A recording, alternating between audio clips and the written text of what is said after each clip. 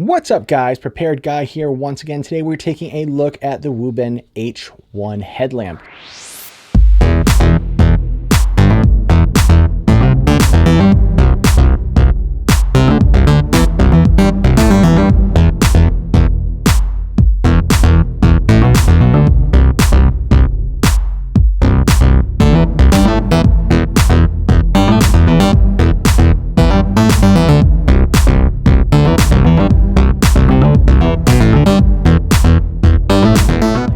So guys, I was going to have the HC65 from Nightcore on this channel, but I decided not to because of the fact that I heard nightmare customer service stories about Nightcore. Nightmares from Nightcore, yes. So guys, I decided to roll with the Wuben H1 because of the fact that it's half the price of the HC65 that I was going to review. And in fact, I actually returned the HC65 after producing half a review about the light because so many people were like, you know what? I've had so many problems with Nightcore. And then I ran into a problem with a Nightcore item myself, and Nightcore kind of gave me the runaround. So I said, you know what? That's it. I'm going to review something else. So this is half the price. The HC65 was about $75. This is going for $33 on Amazon right now, and they give you a 10% off coupon on Amazon currently. So if you guys go there now, I'll leave a link down in the description. You can get one of these for about $30.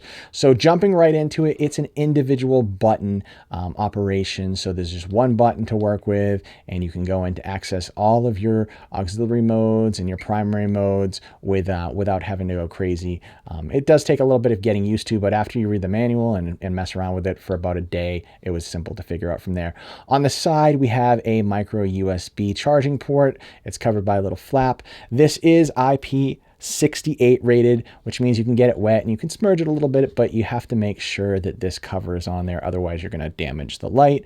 It runs off of an 18650 2600 milliamp rechargeable lithium-ion battery at 3.7 volts. It's not a bad battery, but you know what? You could probably put something a little bit better in there if you wanted to run a little bit longer, but it has some magnificent run times on the box. You can see here, if I put this into the lower modes on the auxiliary, you get some pretty crazy run times, 25, 30 hours.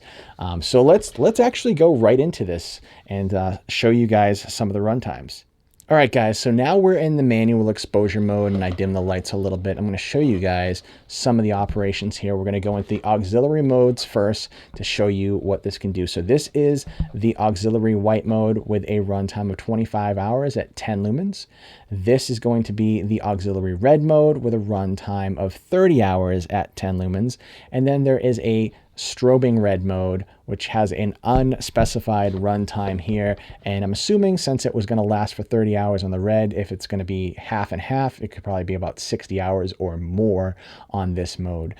So jumping along to the primary light here, I'm going to go into the 1 lumen mode with a runtime of 500 hours. Guys, that's a long time to be running a flashlight. 500 hours on 1 lumens.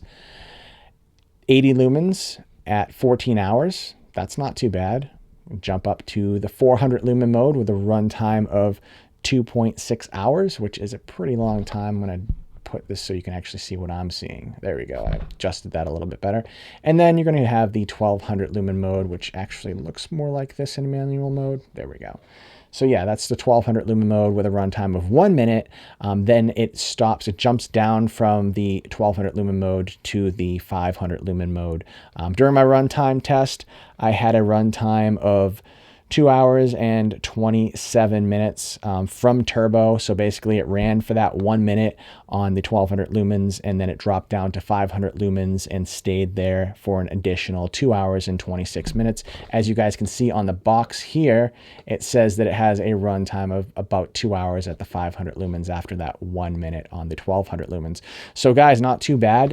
It was actually more runtime than I was expecting. And it got up to about 124 degrees Fahrenheit after about 1 hour and 7 minutes of use on that 500 lumen mode. So guys, that wasn't too bad at all. You can see right here that this has a breathing blue light on it and that's a beacon indicator so that if you drop this in the dark somewhere, you're going to be able to find this light.